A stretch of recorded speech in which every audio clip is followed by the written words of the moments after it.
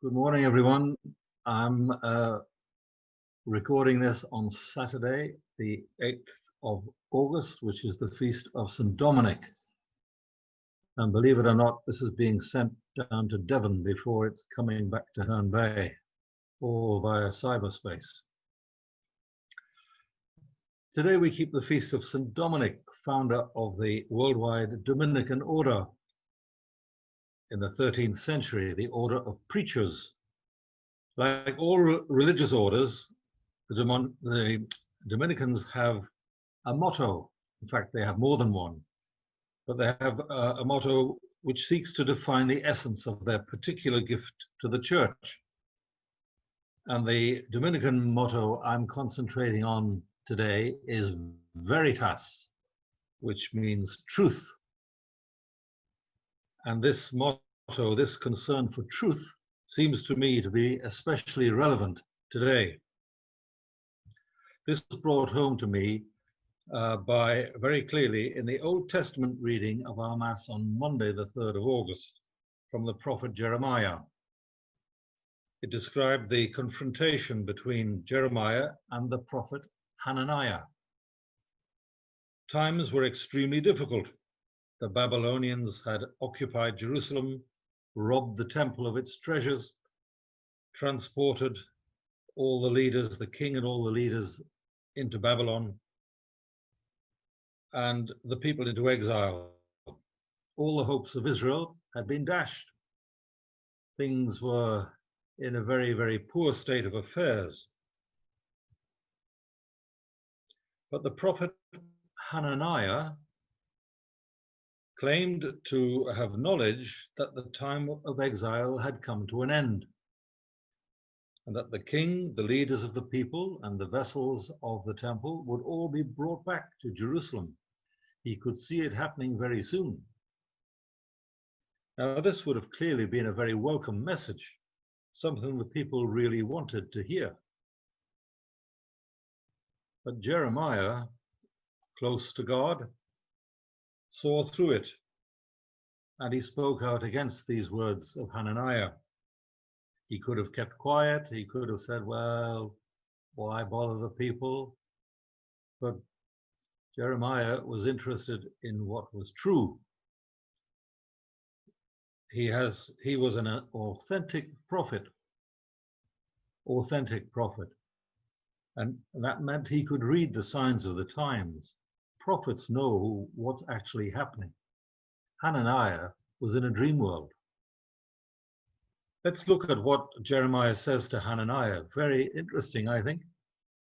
He says this: listen carefully, Hananiah. The Lord has not sent you. And thanks to you, this people are now relying on what is false. End of quote. They are now relying on what is false, Jeremiah says. He's worried about what's going to happen to the people, because if you rely on falsehood, what sort of consequences are going to follow? Speaking falsehood and spreading it abroad, as Hananiah did, put me in mind of a serious problem we face in our own day, which is the power of social media like Facebook and Twitter to promote views and opinions that are presented as truth, but are not based on any reliable evidence. Cures for the coronavirus disease, origins of the epidemic, denial of the dangers of climate change. The list is long, and only made worse by the endorsements of modern-day false prophets, after the like of Hananiah, pop singers, sportsmen, people from the world of entertainment, who give support to these dangerous views, on which they have no qualification to speak, and spread the message to their millions of followers. There are many false prophets in our modern world, sad to say. there are also authentic prophets who dare to tell the truth, and tragically in China, they have suffered the consequences. So Jeremiah stands out as a witness, as an example for all who seek the truth, however uncomfortable it may be. Jeremiah opposed Hananiah, who led the people to rely on what is false. Jesus said, "You will know the truth, and the truth will set you free." So let us set ourselves to seek the truth in all things and have the courage to oppose what is false.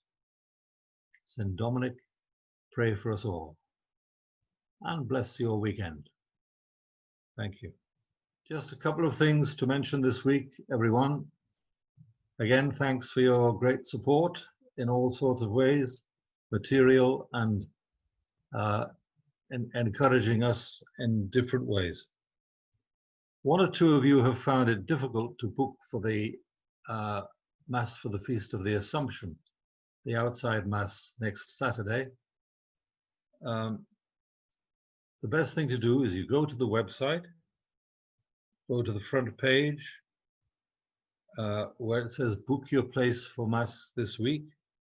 Look for the special event, the picture, there'll be a picture of Our Lady and Jesus, and that should help lead you to where you can book your place.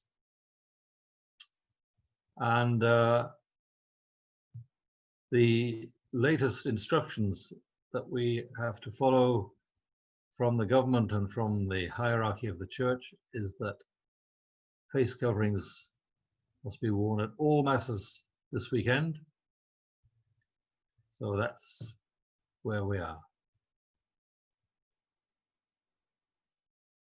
Thank you, and we look forward very much to seeing some of you for the first time next Saturday, and for others, we look forward to seeing you for Mass this weekend. Bye and God bless.